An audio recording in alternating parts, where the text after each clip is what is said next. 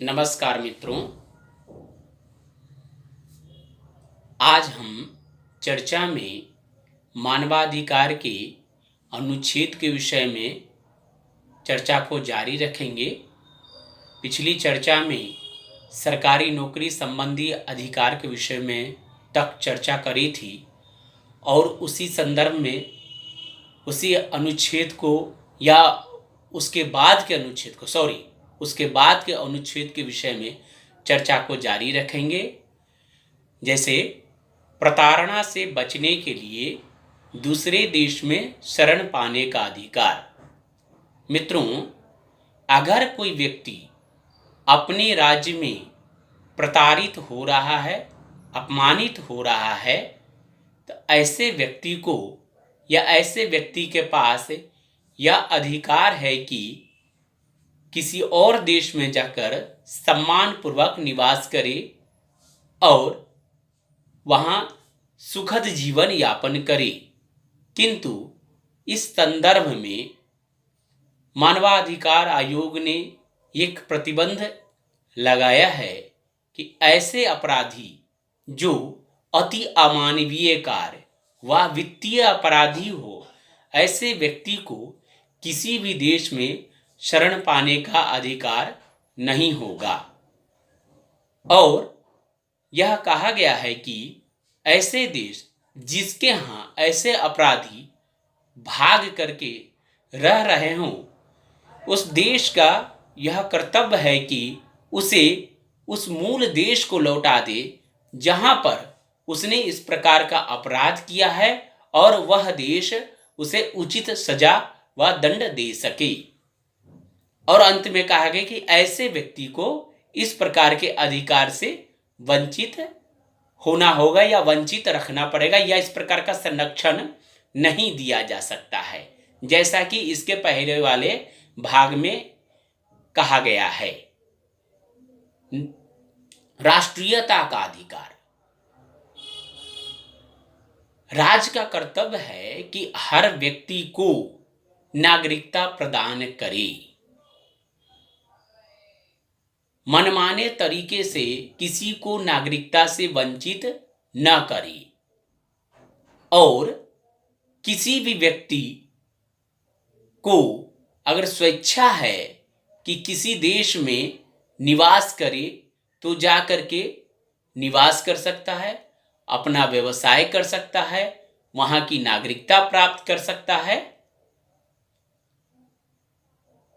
विवाह संबंधी अधिकार।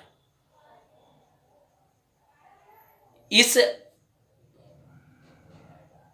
अनुच्छेद में यह कहा गया है कि प्रत्येक पुरुष व स्त्री जो वयस्क हो गए हों, उन्हें शादी करने के लिए स्वतंत्र निर्णय लेने का अधिकार होगा, परिवार बसाने का अधिकार होगा।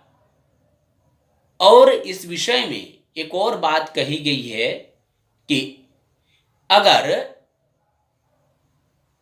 असह्य तनाव उत्पन्न हो जाए दंपति में, पति पत्नी में, तो उन्हें एक समान अधिकार होगा कि वो संबंध को विच्छेद कर ले।